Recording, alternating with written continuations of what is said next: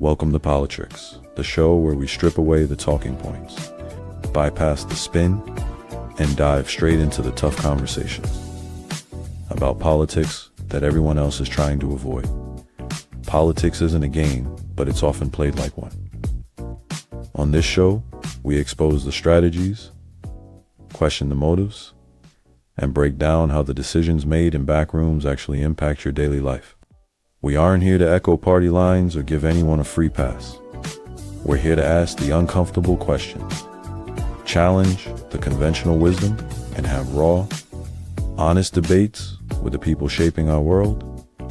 If you are tired of the usual political theater and ready for some unfiltered truth, you are in the right place. Let's get into it. Ashe, ashe, ashe is what I like to begin by saying to all the people out there that are watching. Thank you very much for tuning in. My name is Kendall Stevenson, and welcome to Stevenson and Yates. We are politricking.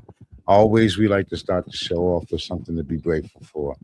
Went to the doctor, so I'm really thankful right now for modern technology and the way it's been able to help me out with a lot of situations physically. And I would suggest that anyone, especially young men, make sure you go get checked out. All right? I mean, because life is short, babe, but you don't want to live a short, unhealthy life. Yeah. All right. Let me bring my boy in, Mr. Ronald Yates. Hotep, what's happening, brother? How was your weekend, man? My weekend went by pretty well. I can't complain. It was nice. I could spend time with family. Had a nice little fish fry thing going on, so it was good. How was yours? Yeah, I wanted to let you. It was good. It was good. It was good. It was more relaxing. It's much needed time to sit back and relax. But I want to tell you something. If you got a pool, brother, oof, man, and my pool is an above ground pool and it sits out in the sun. So when it's on those days, that algae, man, is like nothing I could do to get rid of that algae. It's just a lot of work. But other than that, once it's cleaned out, we got in the pool and had a great time. That was a lot of fun this weekend. So are you saying that somebody came to your pool, cut the liner, and allowed the algae to grow back like they did with the reflecting pool in DC? It might have been the same person. Check your cameras. Check your cameras. I better go call the police and have them arrested. Yeah. Stuck in my pool, man. That's what happened. Now I'm all messed up. Yeah, I wanted to let you know, brother. There's a young man. His name is John Lewis, and I just wanted to reach out and say hello to him because he was watching you, and he likes he likes a lot of things you have to say. So, anytime I appreciate that. I respectfully make sure that you get it. So, I appreciate that, and I'd like to say hello to the brother. Hello, Mr. John. How are you? His name is John Lewis, no doubt. How about that? Strong name. To live. Strong name, John Lewis. He's a good brother too. I got a chance to meet him, so he's a pretty cool brother. Let's get into it. We talk about the oil prices and the way that they got everything locked down and you can't get the oil out. Well, the Chinese kind of started to figure it out, so they're going more green than anything. So at one point, the Chinese was using like 20% of the world's oil went to China. And now it just seems like if the Chinese don't care, they're going green with the solar, with the wind, and they're trying to rebuild their economy. What do you think about that one? Well, this is something that goes back decades, right? When Jimmy Carter was elected in 1976, one of the things he did was put solar panels on the roof of the White House. He was talking about conservation then. He was talking about ending our dependence on foreign sources of oil back then. Mm-hmm. Well, the Republican Party shaped President Carter as somewhat of a nutcase, right? That, this is insane to think that we should get away from fossil fuels, that we should be relying on renewable sources of energy. That's something that is talked about now, frequently. But then he was just considered, a bit of a nut. And now it's come full circle, right? We are in a situation where we're still relying on foreign sources of oil, at least for a portion of the oil that we consume in this country. Well, not so much foreign. We produce our own oil, and we're doing the export thing now. We're not doing much of the import. So, well, this is our oil we're turning up. Well, we only buy, a smaller percentage of oil from abroad, right? But we're still in a situation. If all of our oil is domestic, then why are our prices going up?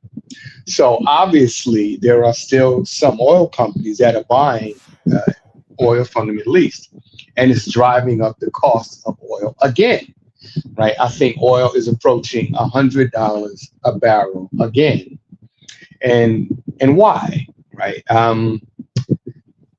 Realistically, this war that we find ourselves in, a war that the president promised he would never put us in that situation. He said these wars were stupid, they're costly. And he finds himself embroiled in a stupid and costly war that recently cost, I think just the other day, cost 2 more American service members their lives. And let's be realistic. This bombing campaign eventually is going to have to stop. If America is truly interested in regime change and actually defeating the Iranian regime, that's going to require boots on the ground. And I think that is something that Trump said he would never do, but it's something that he has to very, very seriously consider, because you're not going to win this war by hurling missiles. That's just not going to do it. America launches missiles and Iran launches missiles and drones in retaliation, right? Trump told us last year when he bombed Iran or Iran's nuclear sites that their nuclear capabilities had been obliterated, set back generations. Well, if that was the case, why did you need to go to war, 8, 9 months later? And then during the war, he told us that the war was over within the first hour, that Iran their military capabilities had been seriously degraded. Well, if that's the case, how is Iran managing to fight back all these months later, right? So somebody obviously is not telling us the truth. And the American people. In addition to that, already this war has cost us $37 billion, and that's taxpayers' money. Taxpayers' money. And those missiles that we talk about that they're firing at the drones, those drones cost $50,000, I believe, and we're shooting them down with $250 million rockets. So it's costing us much more to remain in this war. So something's gonna have to break, something's gonna have to give. And as far as putting the boots on the ground, I don't think it's gonna be the Irans or the Iranians in this kerfuffle by itself. I don't think they're going to be here by themselves. I think you got the Houthis that are going to come down and give them aid and support. Well, they already have. They entered. They already have. Right now, they're blocking shipments of oil from Saudi Arabia. So the Houthis, who they say are backed by Iran, has already entered into this fray. And you have to understand something, right? At some point, either Trump is going to commit to this war or he's going to walk away and lose face, right? Trump, one of his things he always says is he doesn't want to be looked upon as being a loser. So that being the case, he'll have to fully commit to this war, which would mean boots on the ground, or he'll have to walk away and admit we lost. And at this point, we are losing. As you said, Iran is using drones and we're using Patriot missiles. What we're doing is we're depleting the battery of Patriot missiles, firing into Iran and attempting to take down their drones and their missiles. Well, it comes down to Who can absorb the cost? Of course, our media is saying, well, it's Iran. Iran cannot continue to, to meet the cost of this war. Well, if Iran is in control of the Strait of Hormuz, Iran can charge ships passage through the strait. What is America getting? Right.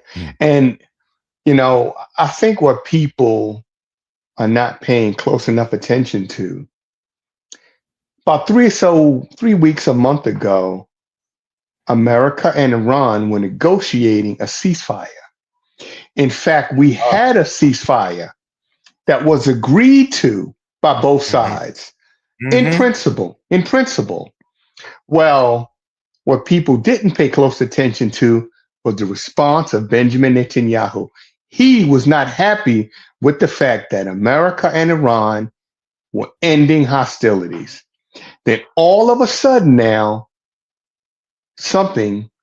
a projectile, a missile, something is fired at a ship passing through the Strait of Hormuz. Was it Iran that fired this missile? Or was it someone else to get this conflict going again? I don't think it was Iran.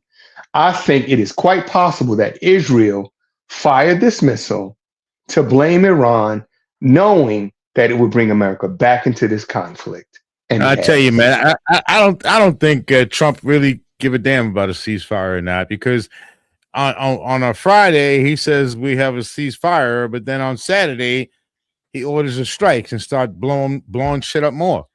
So I don't think he really cares about whether we're gonna have a ceasefire or not. Yeah, like I tell you, if he put boots on the ground, man, we're gonna lose a lot of troops, especially in that region. I mean, didn't we learn from Afghanistan and all the other countries that I figured we would have learned something by that. I figured we would have learned something by trying to just defeat the Native American, and how hard that was. How about Vietnam? Did we learn anything from Vietnam? These guys would come out there with no weapons, no shoes, no nothing, and just do all kind of nefarious things to American soldiers. So what do we expect that's going to happen here now? What do you think that's going to happen to our troops that are out there? And we're still kicking out. We're paying for this now. Remember that. This is all coming out of our pockets. Right. So Fox News had one of their correspondents talk about a potential quagmire.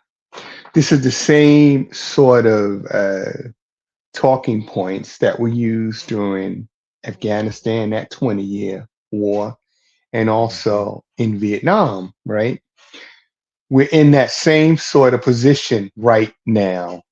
America can't simply withdraw and the Strait of Hormuz remain closed or in the hands of the Iranian regime.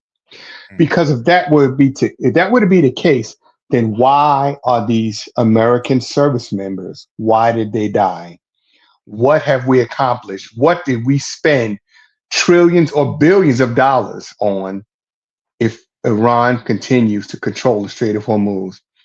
And you have to keep in mind that today, Pete Hegseth, or should I say, Pete, let me check your testosterone levels, Hegseth, is in Washington right now asking for billions of dollars to continue this war. And I guess part of the money from this appropriation will go to check testosterone levels. Now, isn't it funny? It's insane. Have to take the flu shot.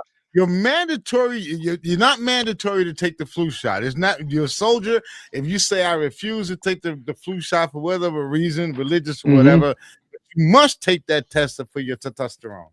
It's mandatory. You don't have to take the flu. You don't have to take COVID, right? But yeah, if you're over the age of 30 in the military, we're going to check your testosterone levels. And what are you going to do with that information? And I did a piece the other day and I sent it to you. The question I have is, as an American, don't you have a right to medical privacy? Why does the government need to know what my testosterone levels are? What are you going to do with that information? And if you have somebody or some soldiers, airmen, Marines that are low, is Pete Hegseth and Trump going to donate some of theirs? I mean, these guys, clearly, these are manly men. They've got just doubles of testosterone that they're willing to just spread around, They right? were talking I about mean, why hormone else? therapy. That's what they were Hmm. talking about, the hormone therapies. Now, there's so many Hmm. ways to treat to touch those type of problems without the hormone therapies. I mean, it could be nutrition, it could be a lack of sleep, any number of things that could boost or lower your levels. So this Hmm. guy is talking out the back of his neck. I don't like when people are not in the medical field, but yet they want to give out all this advice. In his case, tell you what you should and what you shouldn't do. This reminds me of when Trump, what do you tell people to inject themselves with bleach? Yeah, And that would help get rid of the covert. it will get rid of it, all right. Get rid of them too. Yeah, I mean, this is ridiculous. But people will follow these people. This is what I don't understand. Well, And here's how the can you thing. follow people that will open their mouth and say the things that they say, do the things that they do, look you right in your face and try to tell you how great they are while they're stealing money out of your pocket? It's Well, here's the ridiculous. thing. Well, here's the thing. The Republican Party said that the Democrats had shifted to the far left so far that they were saying children have the right to sexual reassignment surgery. They said that's insane. Yet now you're telling grown men you have no choice but to be subjected to testosterone testing to see what your levels are. What makes this? I mean, they're both extreme. So what makes any better than the other? Why Let is me it tell so you something. extreme for the Democrats, but it's okay for the Let me, Republicans to intrude in Americans' lives? Let me tell you something now. You and I, we've been on the planet now about the same amount of time. Me, I'm probably a little longer than you. But so when I started getting into politics and actually started listening to it because it started affecting me, right? I got to tell you something. The one thing I noticed is that as a country, we've always done better when Democrats were in office. Anytime the Republicans were in office, it was either a war or some kind of ish coming down. It's never truly positive. And I think Reagan started that with that trickle down effect. And it's never stopped trickling down. They just been taking more and taking more and taking more, like robbing barons. When we discussed that, that's what they're doing. They're just taking our money constantly, and then telling us in our face that we need to be more patriotic or wave a flag, and that's going to take care of everything. It's not going to take care of anything. Well, I'll tell you something, right? In terms of wars, wars are extremely profitable, not for the American people, but for corporations and industry. All right. So, because of that, if you go back, right, JFK, one of the reasons that he was assassinated was because he did not want to get involved in a war in Cuba, didn't want to authorize the attack on Cuban soil, nor did he want to increase America's presence in Southeast Asia, Vietnam. So, because of that, Kennedy was killed. And if you look at it, right, almost every president, Democrat or Republican, has bombed the hell out of something. Clinton, when he was in trouble with Monica Lewinsky, bombed an aspirin factory. And let's be realistic. With Obama bombed several sites in the Middle East.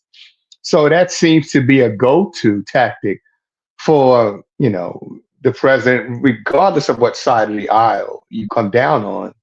This is just standard American operating procedure. We're going to bomb somebody or something, right? People are going to die. So I just think that both sides are equally culpable, right? And we're just talking about covert wars. We'll never know, which side of the aisle is funding some of these, I'm talking about overt wars, should I say. No one will tell us about the covert wars we funded or that the Mm. covert action that we've been in that is, of course, off the books. We don't want the country to know what we've done. So I would say they're both equally culpable. Hmm. Yeah. I guess that may be subjective. I'm just going pretty much by stats, by by the what is it, GOP, and how we raise money and how we've done better under certain people. I mean, I don't see the Democrats coming along and telling you that they want to take away your Medicare or they want to mess around with your Social Security. I don't see them just say those things like that. Now, I'm not all with the Democrats. They damn sure got their faults, man. I mean, but I believe we might have discussed this before. Is that personally, I'm more Democrat, socialist, and conservative. If you want to kind of roll all that into one, some things I think we need to be a little more conservative about, and some things I think we need to get more involved with is even the government. Like when we talk about having universal health care. I don't think that should even be a questionable issue. I think that's something that we should have. So that's where I feel about that. But I'm just saying, in my little lifetime growing up here and up until now, I just think that we've done better under the Democrats. Just, you know. I guess it's a matter of debate, right? I don't know. Um, overall, we haven't done very well at all, right? This country for the past probably, you know, last 50, 75 years, right, has been in a steady rate of decline, right? The value of the dollar continues to fall, prices continue to rise. American industry has been going overseas, right? We've lost Mm-hmm. our manufacturing base, and that's both sides, Democrats and Republicans, because you got to understand something. In America, money talks. Money talks very loud, so loud that the Supreme Court, with the decision, I can't think of the name of the decision right now, but they said that you can spend as much money as you want in political races, right? Yeah. Yeah. And Yeah. Citizens United is what it is, right? Yeah. That decision, Citizens That United, created the APAC and the CPACs. Right. Right.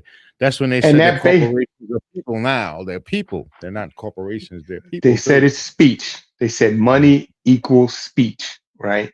mm, And because of that, they basically, I mean, the entire democracy, if that's what we ever had, is under threat when you have these corporations putting hundreds of millions of dollars, and not just corporations. Just think about it. Some key races in New York, the senator from New York, I can't remember his name, young black man, he lost his race. Why? APAC, millions of dollars to his opponent. The sister from Missouri, Corey, can't remember Corey's last name. Anyway, same thing, APAC, millions of dollars to her opponent, right? mhm. So, of course, the Democrats cannot match these funds, or perhaps they weren't trying. Why? How many US senators or members of Congress do not take APAC money? Mm, The answer is five. mm. We have 535 members of Congress. 530 take money from APAC. So that's why there was no effort on behalf of the Democratic Party to protect Corey. I wish I could remember Corey's last name, from Missouri, the brother Yeah. from New York. There was no desire to protect him. And if you think about it, several years back, when Hillary Clinton was the candidate in 2016, the candidate the people were more excited about was Bernie Sanders. It Right. was the Democratic Party that killed one of their own, which the Democrats do over and over again, to put Hillary in there.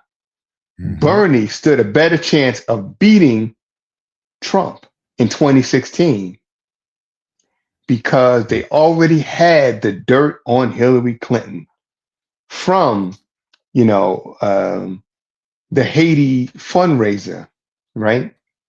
All of the money that was supposed to be earmarked for Haiti ended up into it was ended up being controlled by the Clinton Foundation, Bill and Hillary. The death of Vince Foster and so many others. So they had a playbook for Hillary. Might not have had one for Bernie that would have been effective. So the Democrats, it's always their race to lose, not to win, to lose. So what do you think about this Save America Act? You think that's going to give the Republicans more votes? Because, I mean, don't we already have a system in place where you must have ID, even to register as a voter? You know what? There is two parts to the Save America Act. The one that they talk about is voter ID, right? To prevent voter fraud. The other portion that they don't talk about is the fact that if the Save America Act passes, the federal government has the right to every 30 days essentially purge state voter rolls, because the state will have to turn over their voter rolls to the federal government, and the government has the right, the federal government has the right to purge those rolls under the Save America Act. So of course, if the government were to get their hands on that voter information, you can pretty much guess where the purges would take place. In fact, today, Trump has decided to withhold Medicaid reimbursement for California, and I forget the other state. And of course, people in this country who are on the right will say, oh yeah, California is a liberal state. Aren't there Republicans in California? It really shouldn't California, make a difference. We're talking about healthcare. We're talking about people's health. It shouldn't make a difference. That's what I don't like about this guy Trump with all of this vengeance stuff, and he's got to take vengeance out on a person because of people's political party. I thought the politicians. I mean, I know it's a fantasy, right? But politicians were supposed to be there to help the public, to help their public, their entire public. All of Americans, not just some, just all of Americans, that this is what their job is supposed to be, to help the people. But here's the problem. They're just helping themselves so that they're getting rich. That's all. But here's the problem with a state like California, huge state, millions of voters. California has elected Republican governors like the Terminator, Arnold Schwarzenegger. So what you have is a balance, right? Probably there may be more, the ratio may be higher in favor of Democrats, but there are a number of Republicans in the state of California.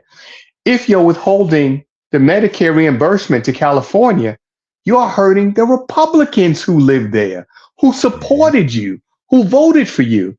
And the people around the country who say, well, we're on the right, we support Trump, they're going to look at California as a whole and say, well, you know what? They're lefties. But what about the people in the state who voted for Schwarzenegger, who put him in office? What about people in California who voted for Trump? They're going to suffer.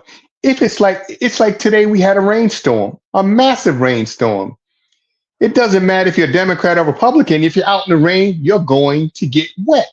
And if you live in California, Democrat or Republican, if those funds are withheld, it's going to hurt you no matter what side of the aisle your favorite candidate sits on. Essentially, you're screwed. So how can he withhold funds? Wouldn't that take an act of Congress? Doesn't Congress control the purse strings? Wouldn't he need to have the permission from Congress in order to do that? Well, for I don't know, decades now, basically Congress has abdicated power to the presidency, right? The Constitution clearly delineates, who's in control of what. But at this point, we have an executive branch that basically is in control of the other two branches of government. I mean, let's be realistic. Trump basically dictates to the legislature as well as the Supreme Court. No one tells Trump, you can't do this, you can't do that, right? I mean, there have been some minor wins, but in the grand scheme of things, where are the Epstein files? Hmm. Where are they? Hmm. Congress has already said they're supposed to be released. So where are those files? In terms of war, the president had the War Powers Act, which means you can send troops off for 60 days. Then you need congressional approval. Where's the congressional Mhm. approval? There's none. What So are we at? 22 weeks already? 23 weeks of the war already? I've lost track.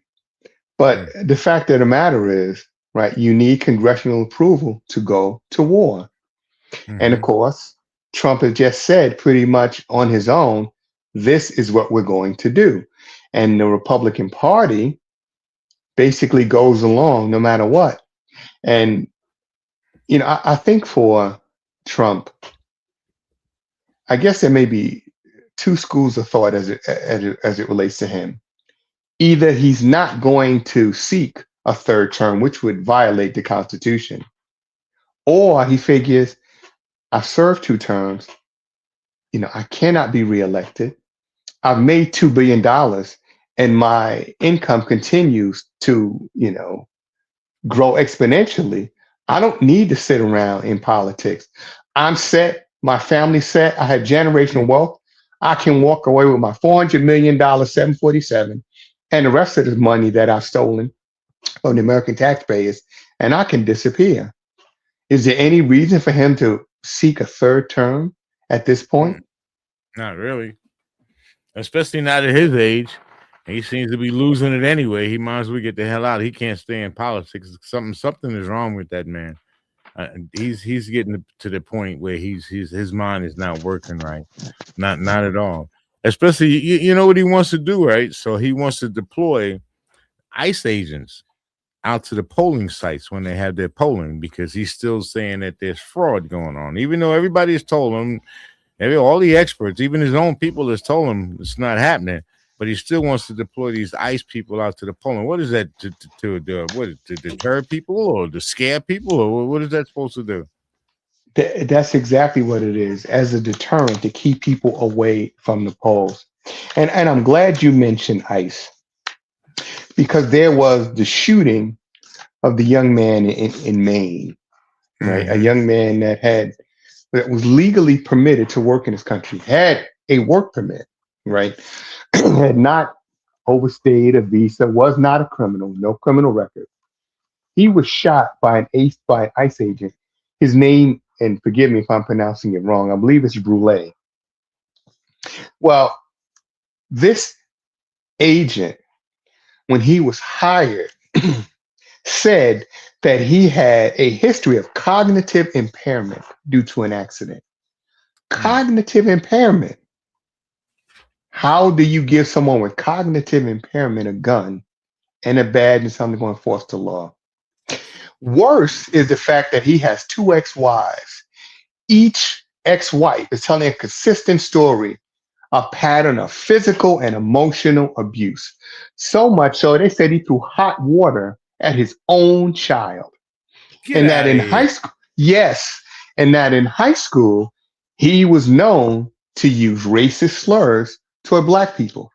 Now, all of this, right, can simply be found out by doing a proper investigation. If they would have talked to the wives, they would have told them, listen, this guy is not the proper candidate. He has threatened us. Even after divorcing these women, still threatening phone calls, still harassment. And he called one of them and said, please don't go to the media and talk about me and damage my reputation. Your reputation was damaged from the day you showed up with Mm. cognitive impairment, serious, very serious, questionable behavior. And yet ICE hired him. And even after I guess ICE upper management, maybe Holman decided we're going to reduce the number of roundups, Trump said no, continue to do so. Mm. That's Mm. where we Mm. are in this country. Mm. Well, the ICE agents are something else in this country where they just shot was two, I think it was two more people. I think he was saying the ICE agents shot a couple more people. I don't know what's going on with this country, man. And people are saying that the ICE agents are not like the Gestapo or the SS. Kind of seems to be, man, because they can get away with all kind of stuff. They're not really trained well. I understand that when they go through the training, pass or fail, they pass them anyway. That the drug test, a lot of them are not passing the drug test, but they're still passing and hiring these people. So these are the kind of people you got roaming around in the streets talking about that they're law enforcers. Well, you know what? Most law enforcement agencies, if you have a felony or serious misdemeanor, it is an automatic disqualification. Mm. Many of these ICE agents, these are the very same people that went into the Capitol on January 6th. These are the people that were pardoned by Donald Trump. These people have now been issued badges and guns and told to go out and round people up by any means necessary. So what you get, I mean, if you're going to take people who are poorly trained, give them unlimited resources, and just tell them to go out there and round people up, this is what you're going to get. Mm-hmm. And, for people to try to normalize this behavior, this is the stuff we used to say, well, this happens in China. This happens in Russia. We don't do this in America. America is a country of laws. What law allows you to shoot down innocent people? What law is that? Of course, they're going to say, well, if he wouldn't have resisted, what resistance was there from Renee Good? What about Alex Preddy? This gentleman, Salgado Araujo in Houston, what resistance did he offer? And this young man in Maine, what resistance did he offer? None. And you have these people who have no law enforcement experience who are going to tell you about the law, how the law works, and what the law is allowed to do. Mm-hmm. I'm sorry. When people see what people see what they want to see, man. A lot of times people will sit there and watch the video and they say, look, he didn't comply or she didn't comply. Like the cop is throwing the guy around like a rag dog and choking him half to death, but he didn't comply. I wonder how these people would act under those same conditions. The one that complained, that say that the cops were being right. I wonder how would they handle the same situation if they were thrown up against the car or thrown down to the ground and somebody got a baton and they're choking them to death. I wonder how would they respond, especially if they were innocent. If they're innocent, they didn't do anything. Well, you know what? There's a saying that for every action, there's an opposite and equal reaction. And if you notice, over the last several years, the number of officers dying in line of duty is on the increase. And that is because a lot of people feel that there is no justice within the justice system. And, they felt that for years. Black and brown communities have been trying to warn this country about what happens when the police have no accountability. That's something we've dealt with since we were brought to this country, those of us that were brought here. But now other people are beginning to see it. They're beginning to feel it. And they realize, right, that they might have to take justice into their own hands because they're not going to get it from the courts. And you have to keep in mind that the president of the United States single-handedly dismantled the justice system because he didn't want the justice system to investigate him and his family. But you see what they're doing with the FBI. The FBI says that they don't want to be bothered with doing any investigations on these ICE agents. So that's like a permission to do what the hell you want because nobody's taking accountability. The FBI is not taking any, and neither of these ICE agents or anyone in our administration. Well, that's Kash Patel. Kash Patel was recently questioned about some of his expenditure, the amount of money he's spending, not just on the agency, but on himself, these extravagant trips he's been taking at taxpayer expense. And when he was hauled before Senate, the committee, of course, he used an expletive, right? Because he knows that as long as he is willing to do the bidding of one Donald J. Trump, nothing's going to happen. He will Mhm. be there serving as the head of the FBI, even though he knows nothing about law enforcement. He knows nothing about heading an agency like the FBI. This should be headed by someone who is a career FBI agent who knows the ins and outs of the agency.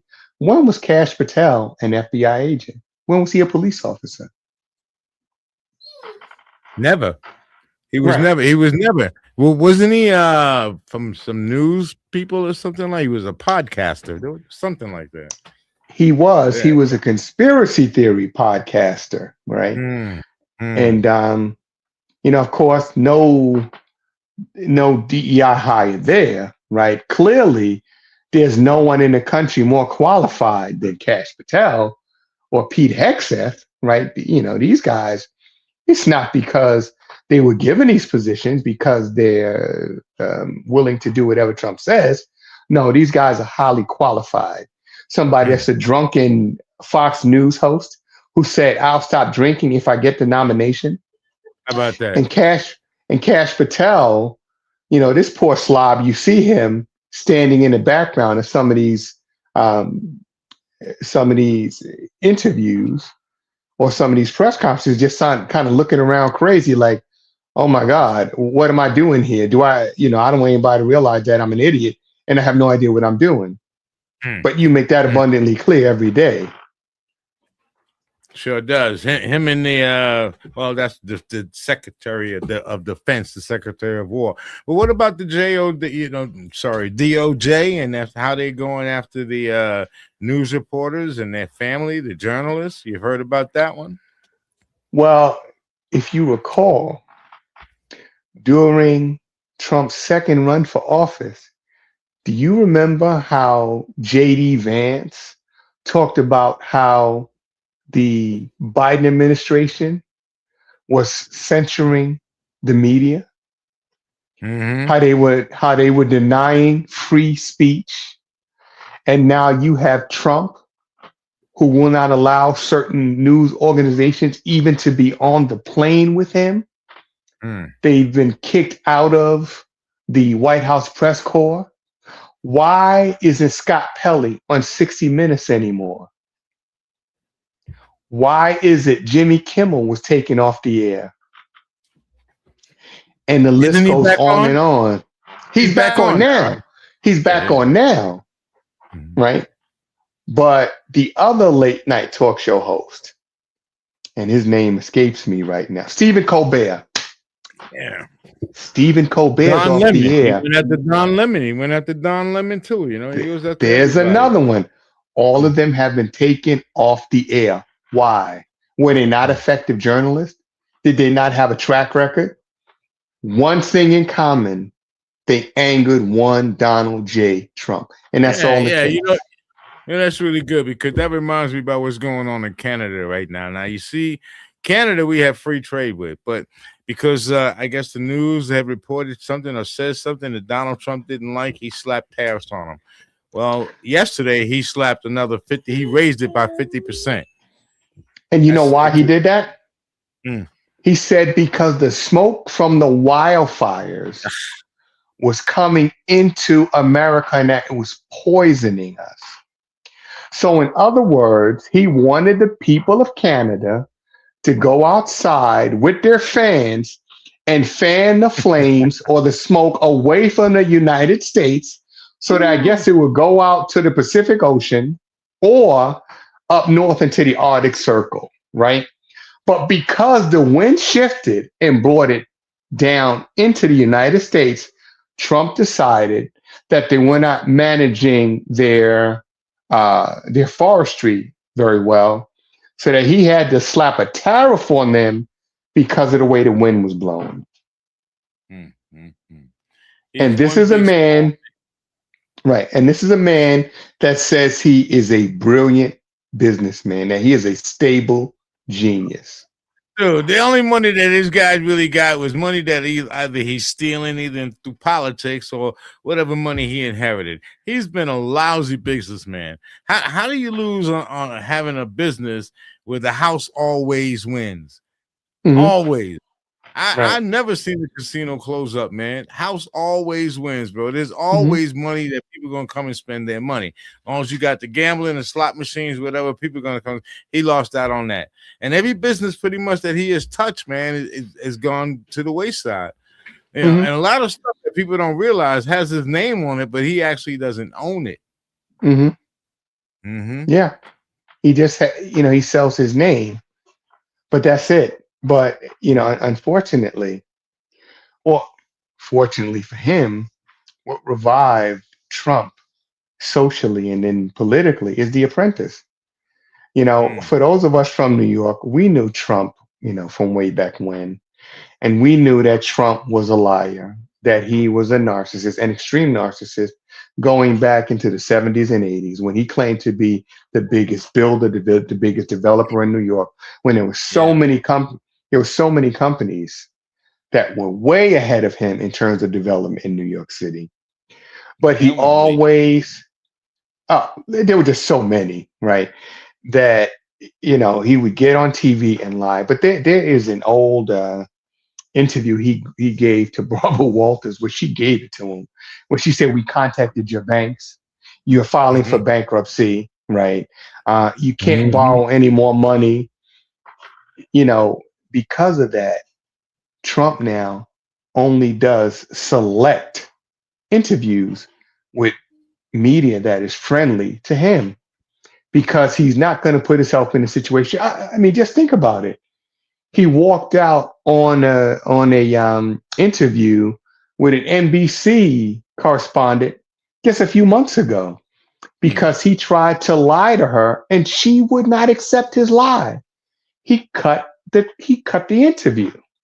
Mm-hmm. He got And up and of walked out. course, He was pissed off. yes, he Mm-hmm. did. And Mm-hmm. that is what he's doing across the board. If you're not going to allow him to lie to you, he's not going to grant you access to his speeches, to his addresses, to his interviews, Mm-hmm. simply because he doesn't believe that he has to. He believes that everybody is supposed to work for him, not for the American people, not for the US Constitution, but for him. All right, my dog is getting on my nerves, so I'm gonna try to bring up this one more subject that I wanted to talk about, and in the country, one of the countries in Africa, Nigeria. The Russians are recruiting them to go to Ukraine to fight. They Did you hear have, about that? yeah, they've been recruiting for a number of countries in Africa, asking these men to come into Russia to fight, and that they would give them positions in in Russia, right? Um, these brothers are looking for opportunity, and Russia is basically saying, "We'll grant you the opportunity, but you first have to come fight for us." And Mm, for those former service members, African former service members, they realized later on that the promises that were made are not being kept by Vladimir Putin. Some of these mhm. guys are losing their lives, some of them getting horribly injured, and none of these things that they've been promised, well, they're not materializing. These guys are just trying to send money back home to feed their families. Mhm. And Russia said, sure, we'll do what we can to help you, but you have to fight for us first. Mm, mm. All right, we're gonna wrap this one up. Pick it up next week. Where you want to pick it? Well, we got a whole lot to see what's going on over the weekend and There'll going be on some into new the. stuff. I'm sure there will be, man. I'm absolutely sure there will be. Just a shout out to everybody that's viewing in. Remember, you can like or subscribe. You can always give us a call at 570-664-54 0574. That's 0574. All right, give us a call sometime. We'd love to hear from you. Leave us a comment. Or if you would like to comment to Brother Yates, send it to Brother Yates. So ask him a question or two. He's pretty proficient at that. So anyway, we like to say thank you. I'm going to say Ashe, my brother, and you generally Hotep. say Hotep, Hotep. Hotep, And and we are out. peace.